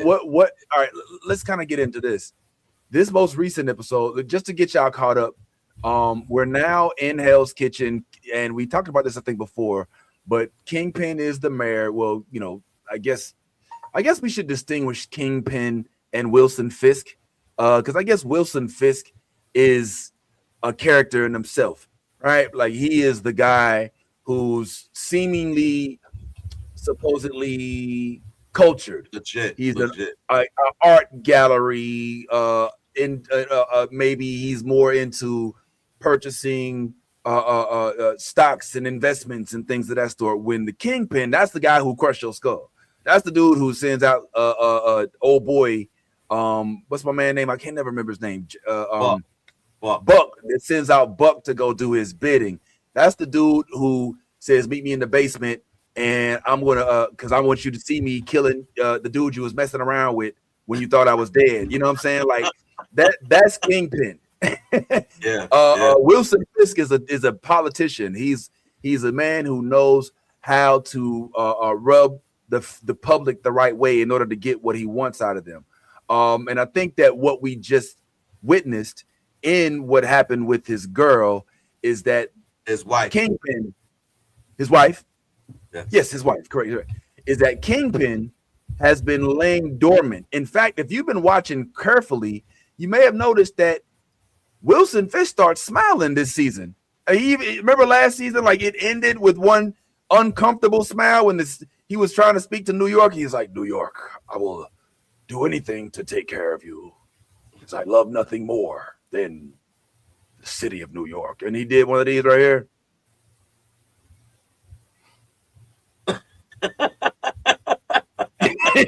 A struggle smile. It's a struggle smile. Yeah. Smile, you know what I'm saying? Yeah. I feel like right now that whole act is about to go away. Like, it's about to be full on complete city under siege, complete martial law, complete the task force takeover type shit. Because now you done fucked around and killed my wife, right? Because I think she's gone now. Because I think so. Well, I mean that's speculative, but I mean there's definitely some reason. Oh, sorry about that. Go ahead.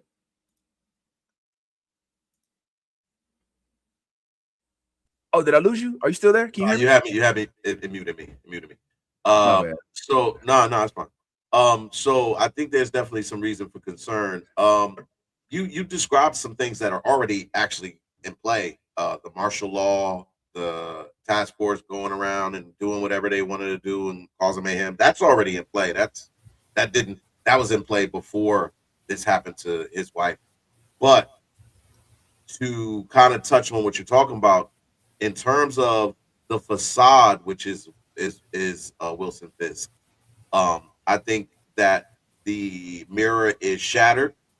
I think the idea of being a legitimate businessman is over.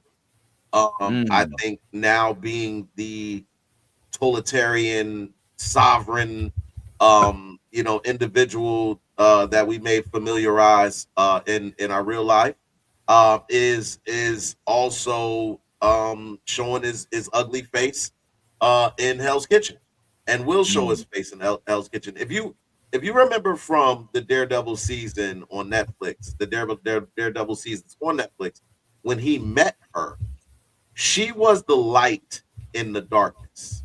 And look, they even did the if you watch those episodes, and when they first met, he had on all black. She had on all white. It was like the semblance of what the picture that he bought was an all white painting. It was literally an all white painting.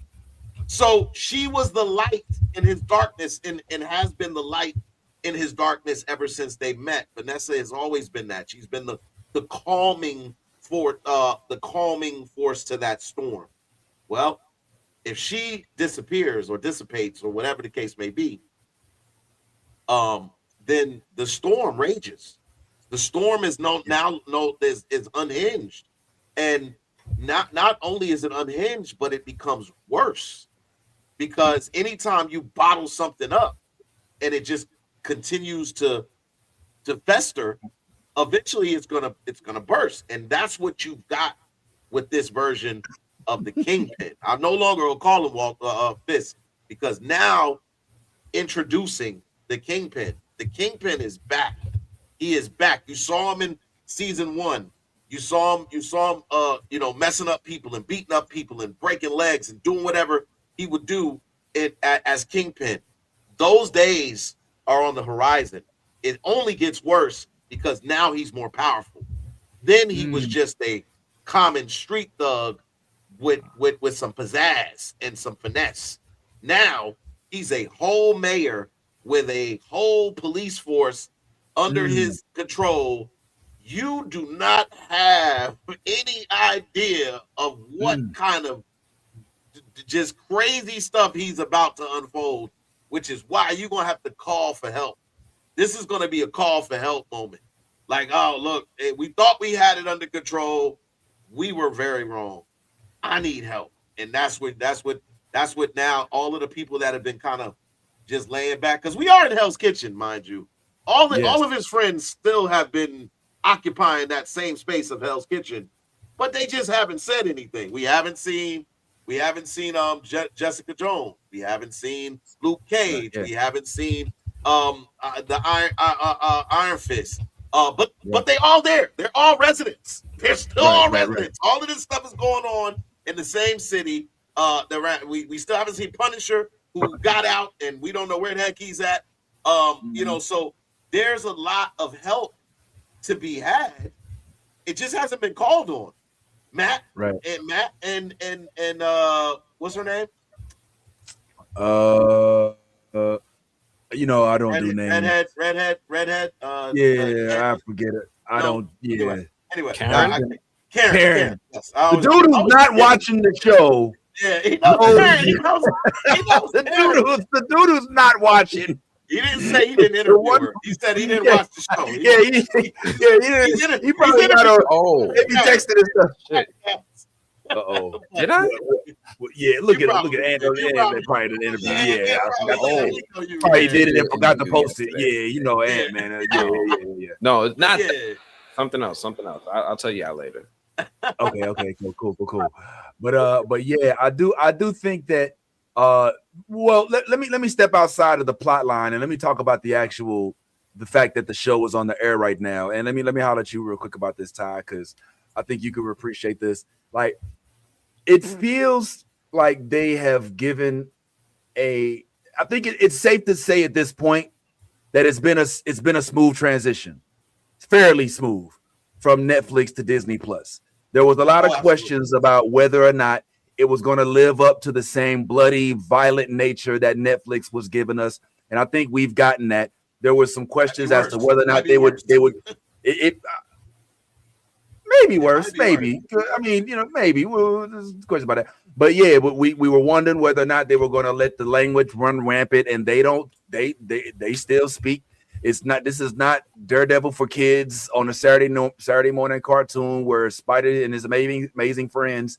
No, they saying the fucks and the shits, and they doing all of that, and the blood is running deep on the streets. You get to see bones crack. You see body parts that are put out of place by multiple members. It definitely gives. And in addition to that, what I really like is how they are slow playing the introduction of the additional characters that we know we're going to see. We know we're going to see Jessica Jones. We know we're going to see Punisher. We know we're going to see Luke Cage at some point in time, even though Luke Cage is acting like he ain't, I don't know, I might be in it. Michael Coulter, that is. So I think that it's actually living up to the hype here. And I think you and I both have the same barometer. Like, when our wives who aren't really into these type of shows are like, whoa, I can't speak for yours, but mine was like, yo, I'm watching Daredevil, and man, it's really good. And I'm like, you watching Daredevil? That to me is a sign of a dope show for some reason. And so good writing. I'm geeked up about not only what it's shown and the fact that we are getting character. And this is how it's done, Marvel. I got to give you your props. You did promote it, all right, which you should have done with Wonder Man, and you should have done with Ironheart as well. Setting that aside just for a moment, but by bringing this into the fold and then giving us more of Bullseye, giving us more of the new young Tiger. Damn, I almost called her Tiger King, White Tiger. Giving us more of these potential, because I also think that we're also seeing some other villains being brought into the fold that we haven't even identified yet. Like, I think that Buck is going to be more than what he is right now. I keep waiting to see who's going to end up being Smythe. I feel like Smythe is still on the way. Like, you remember Smythe from Spider-Man? Spider Slayer? Yeah, well, I mean, at first he has to go through the phases, right? First he has to be the genius behind all of Kingpin's gadgets and all of that. Then he ends up being mutated, because he tries to, take some sort of, or no, I think Kingpin actually made him into some weird mutant, and then ultimately he did it to himself. Did he do it to himself? It was something like that, yeah. And then it was like father and son. It was father and son. Was it something like that?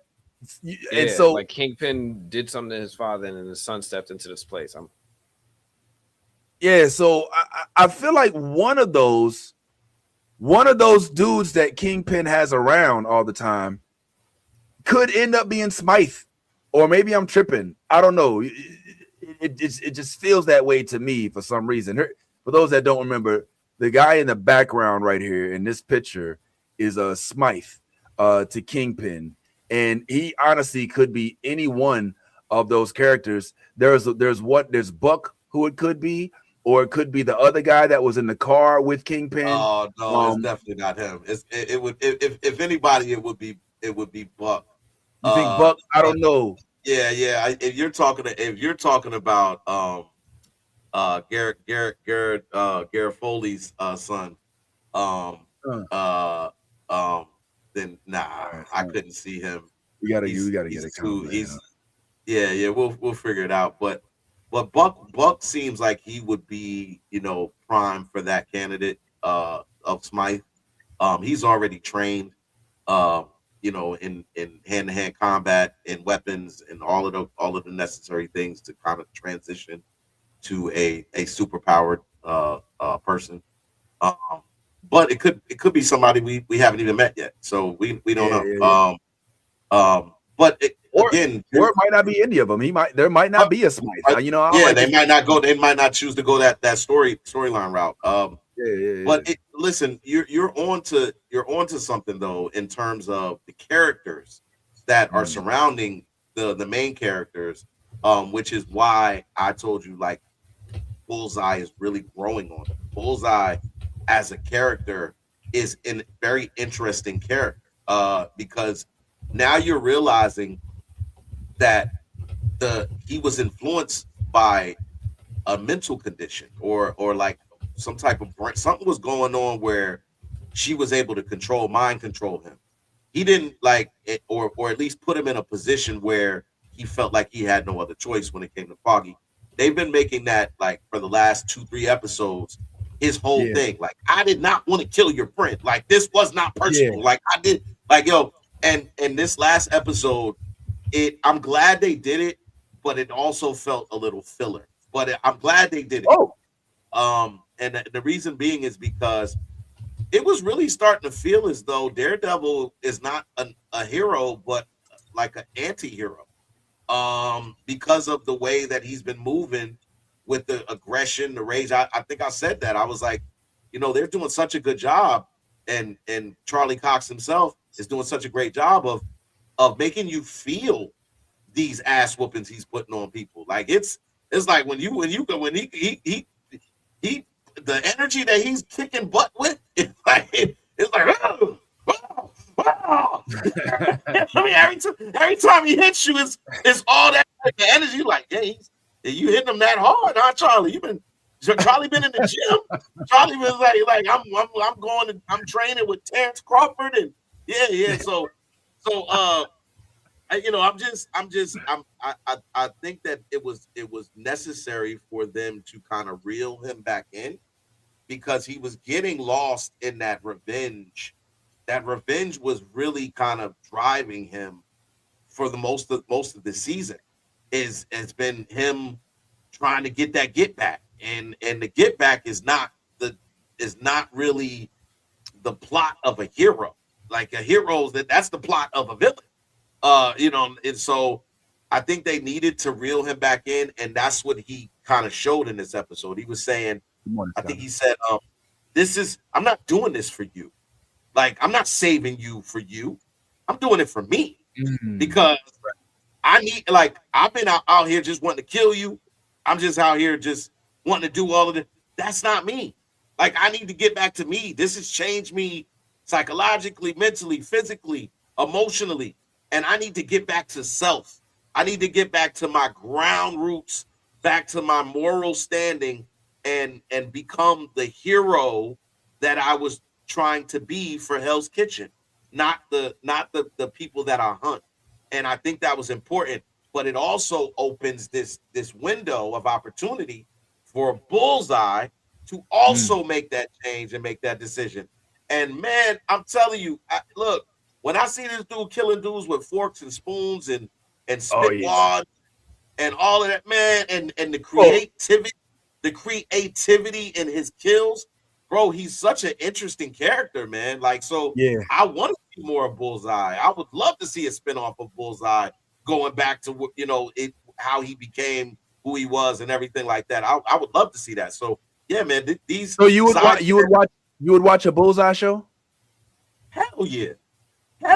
Could you imagine watching this dude like kind of come up from little Tommy from upstairs in 3B? Who lives with his mom, who's a great little kid, and he's always been such a nice boy. Like, such a you always get back in the morning, Tommy. Yeah, that Tommy. I'd love to see Tommy, who grew up in Hell's Kitchen, who got his powers and didn't know what was going on, but he couldn't miss a shot. I'd love to see little Tommy go try out for the basketball team.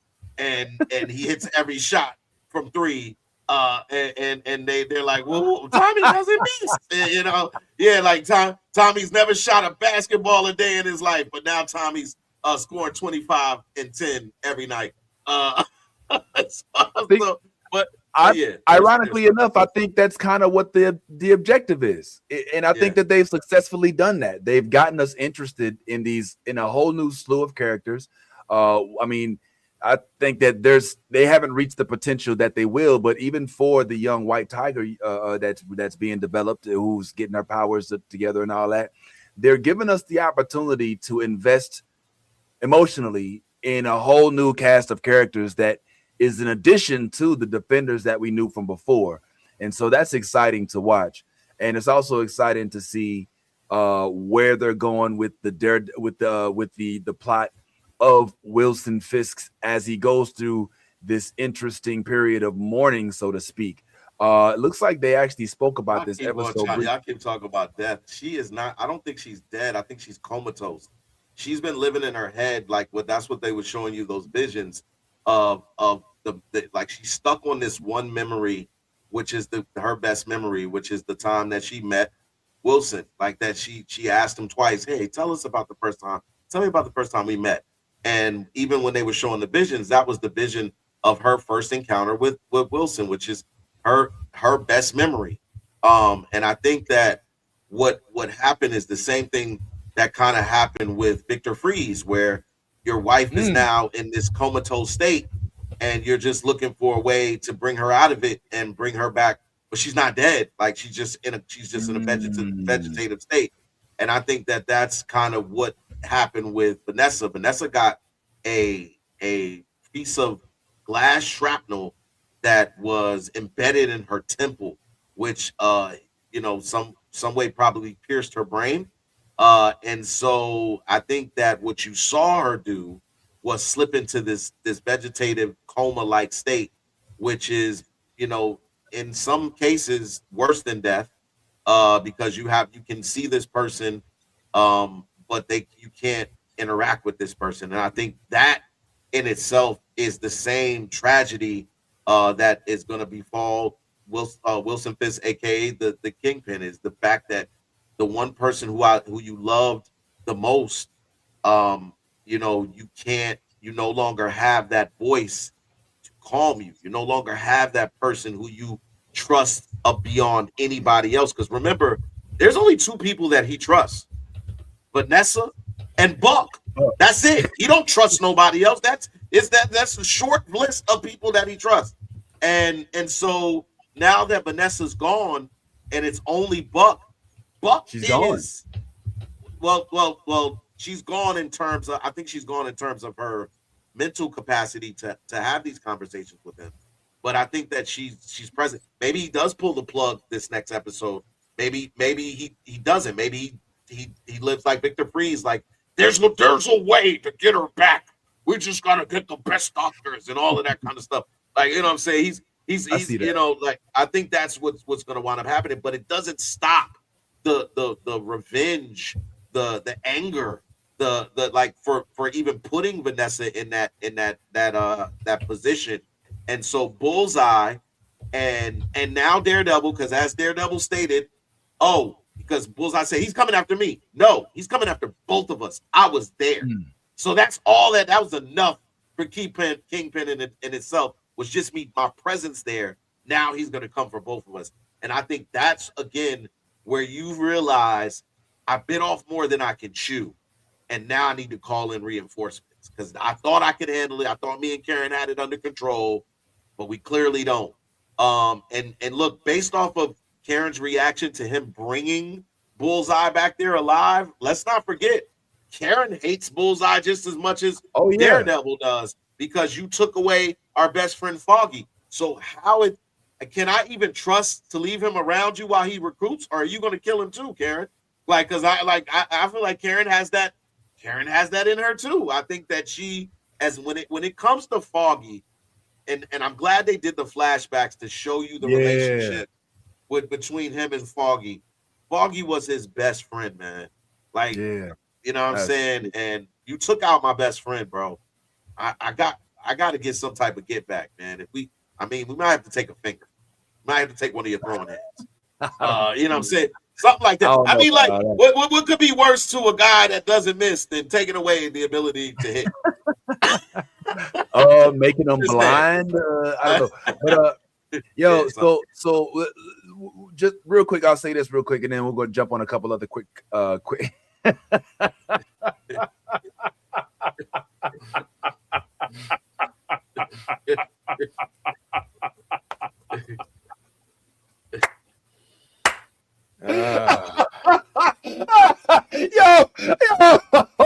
right, hold on. Let me. Yeah. When I saw what I wrote, I didn't realize what I wrote till I read it, and I was like, "Hold on, let me fix that."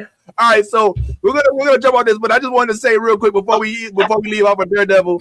So the last thing I want to say was I love this episode because I love the context that it brought in for us, and I love the fact that we did it wasn't filler; it was very contextual. I like the fact that they brought Foggy back and all of that. But the reason why we laughing. All right, I'm gonna keep it real. I'm just gonna go ahead and break the fourth wall right quick. So I'm trying to navigate the topics that we talk about, right? As we sit here and chat throughout all this episode, right? Trying to navigate what we talk about. And so we got like a little private chat, and in the private chat, sometimes like if we're interviewing somebody, I'll be like, okay, you next, and we'll kind of communicate. Okay, let's talk about this next. Okay, great. Oh, don't forget to bring this up. Hey, put up the QR code, stuff like that. So as we're sitting there, like, okay, let's talk Invincible. Okay, cool. All right, let's talk Daredevil. Okay, that's cool. And then no, you doubled down. That's the worst part. So I was like, yo, so we hadn't really had a chance to talk about the boys. We hadn't talked about the boys yet, right? So I was like, all right, y'all, we're gonna get off this subject and we're gonna touch on them. we gonna touch the boys. No, read what you wrote. Yeah, read it verbatim. I said, all right, I'll read what y'all. Yo, I say, wait. I say,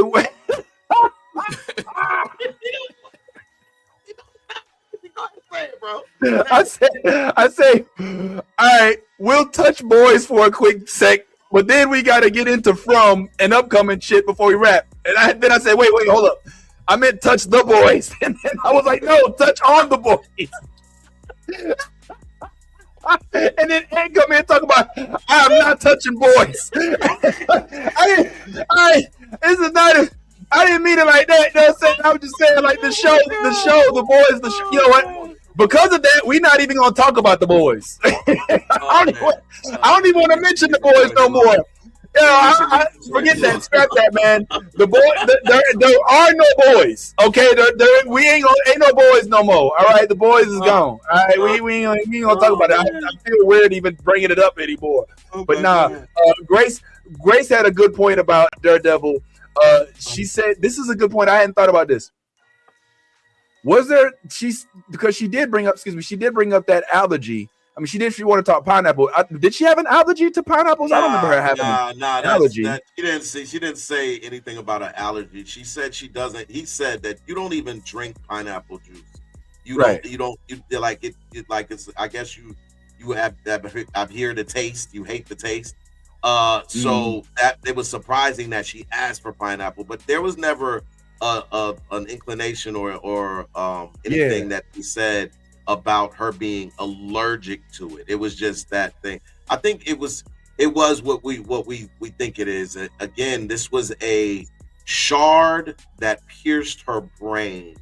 The doctor told him that, hey, I'm going to do everything within my power to save her, but there's a shard of glass in her brain. So just I mean, he didn't say that, but it was kind of, he alluded to that. Like, look, this is not an easy surgery, just by any means. And if you've ever been around a surgeon or know what they when they go into these surgeries, they all tell you the same thing. I'm going to do my best. There's no guarantee coming out of this because this is surgery. So anytime you're dealing with that, it's always a chance that things could go left. And I think he said what that was, but I think the visions were an inclination that something wasn't right, that she was stuck in this one memory. The fact that she repeated the thing back, it was like, okay, now that in that moment when I saw her say it again, I was like, oh, I'll use a word that my son always uses. She's glitching. So I was like, that like this is a glitch in her matrix. Like now something has been severed. She's no longer able to tap into reality, thereby why she's stuck into this past vision concept. Which is why I do believe again that she's not dead. I think that she had a thing, where things go wrong and then the machine goes off and then they're able to get her stable, but she'll never be the same again. I think that's what we're that's the ultimate thing, is the Vanessa that you knew, the Vanessa that you fell in love with is gone. That for right now, she's gone. But I don't think he'll let her die, because it's him. Like he's probably gonna pick somebody up by their throat, throw him across the room, get her, let's get someone in here that can help her. You know what I mean? Like this, there's gonna be something to that degree. But if she does die, you know what I'm saying, it doesn't change anything. Like I think he still goes on the rampage whether she dies. Oh, it changes everything. It changes everything if she dies, because she is the sense. She's the brain. Like, remember she was talking to the governor and she was like, you could have did all this yourself. Like, what do you, because remember it was her port, all right, that brought in it was her idea. It was her that ran everything when Kingpin was gone for a while. It was her operate. Like, she is the brains. He is the brawn, but he's been going along all this time. Because remember, there's been so many things she stopped them from doing. Like, nah, don't do that. What are you talking about? Like, yo, this is how we got to handle this. So without her there to kind of navigate through his madness, then I think we are going to see a completely different type of Kingpin, and I'm here for it. Now since we're not touching the boys this week, we'll touch the boys next week. We'll touch on the boys on another. You'll be by yourself on that episode. I'm not touching on the boys. So now you don't watch the boys? Do you not watch the boys every week? Listen. I watch the show called The Boys. I don't watch boys. I don't touch you watch boys. The Boys every single week. All right, don't sit there and act like now you too good to watch The Boys. All right, but we ain't gonna talk about The Boys no more. All right, there's enough of that. You know what I'm saying? Yeah, so let's just talk about what's going to happen next week. So we got a lot of exciting stuff on the works, and so let's just spend the last few minutes. The kid Ant is it's like so embarrassed to be here. He's like, "Why did I come up today?" All right, well, and since you do have a full docket next week, man, it feels like there's a whirlwind of stuff that's about to happen. In this upcoming week here, bro. With Cameron and Jay Uso. No, what? You didn't see the joint with the wrestler Cameron and Jay Uso? Yeah. I missed it. What happened? Yo, that's. Oh, all right. Never mind. My fault. Cameron. Hold on, Cameron. Brought it up. Hold on, Cameron.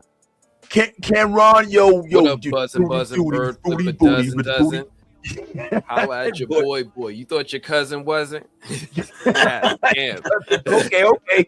The boy can't. I didn't. What is this all about? Enlighten me.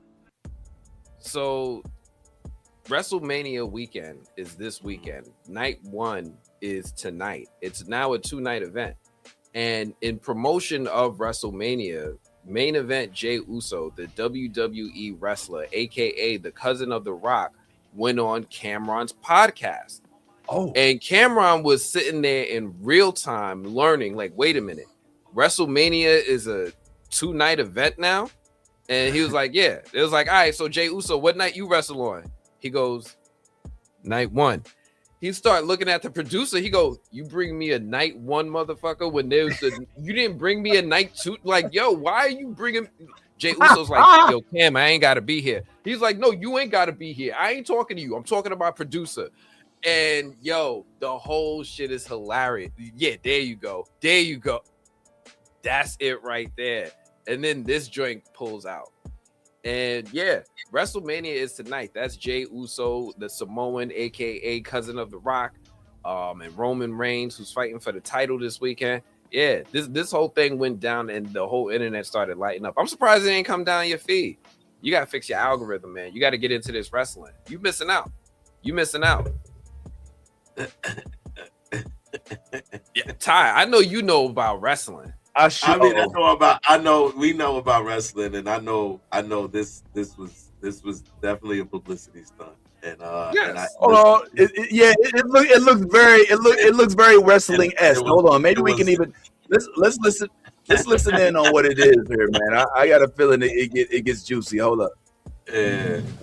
Well, listen, Mace. I don't have any more questions. Nick, I'm more mad at you because you keep bringing Saturday WrestleMania niggas here, and you don't bring us a Sunday WrestleMania. I'm talking to my producer, bro. You keep bringing Sunday. I need a Sunday WrestleMania. I don't smell what the Usos cooking. And if yo, how you doing, bro?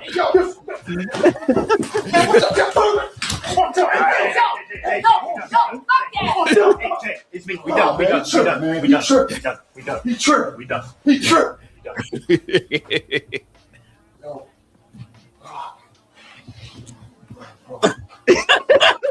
This is so terrible. Oh my god. Yo, so Ty, you think like I think like this is completely staged. Like there was like, yo, at the end of the joint. Oh my god. They Yeah, used to do this so much better. Like it's like when I grew up, like it looked more realistic, and like I mean, it's like you would think over the years that it would have gotten better in terms of just the presentation, but whatever, man. It did what it was supposed to do. It went viral. It went viral, and the urban community, us, were talking about it, which is what the WrestleMania people wanted, was to get us involved more in their production. So hey, I'm cool. not mad at it. Listen, Even if it's fake, I'm not mad at it. Even if it ain't real, which I it's bet marketing. that it more than likely is not. Good marketing. I like it. I still like it. It's a better way than just putting somebody on the show and talking about it. It's creative, even if it isn't real. It's still a good way to get the word out about your brand, which is about punching people and fighting people. And literally, like now, I just watched it. We just had our viewers that may not be into it watch it, and job well done, WrestleMania. And it's not over. Well, it's not over, mind you. Now that that's happened, you almost can 100% expect Cam to come to the WWE for a get back match against Uso. And that is exactly what the setup is for. Like, Cam will be the next rapper / actor / whatever that pulls up to WrestleMania with his entourage. Talk about I'm gonna fight Uso right here on WrestleMania thing on the Sunday night because I don't know what y'all Sunday main event. Cam, I can already see it now. Like, yo, I know y'all probably seen old boy came up on my set or whatever. Yeah, I mean, but I ain't with all that. You know, he gonna come into this. He gonna come into the. He gonna be like, yo, they ride with the boy. You know what I'm saying? It's like, yo, he's gonna have all of his different songs from back in the day. Yeah, he's a Harlem. He came into Harlem. Yeah, I mean, yo, him and Mace gonna come in talking all slow. I'm here for it. I'm here for a WrestleMania hip hop cage match, man. I'm here for it. But anyway, this week we are going to be live with Elgin, if I'm not mistaken, right? Yes, Nathan D. Simmons. Yes, will be live with us on Monday at 6, talking all things from and what it's like to be a Cyclops. Like, did you get that role on Pirates of the Caribbean? Like, what is life now like? Yeah. With Mono. I can't wait. Can't wait to see him on the next season of One Piece as a pirate. When that's gonna be dope, man. And also, we also have the 1 spoon of chocolate. Coming up. And the if I'm other not thing, mistaken, I interviewed some Spider-Man. I interviewed the director for the Michael Jackson movie, Antoine Fuqua. Hey, come on. And keep holding out on us, man. Antoine Fuqua getting in there. Good stuff. And so that is live on the movie blog right now, I should assume, right? No, it ain't live. No, I ain't debut it yet. You know what? Let's just save it for the overtime. Okay.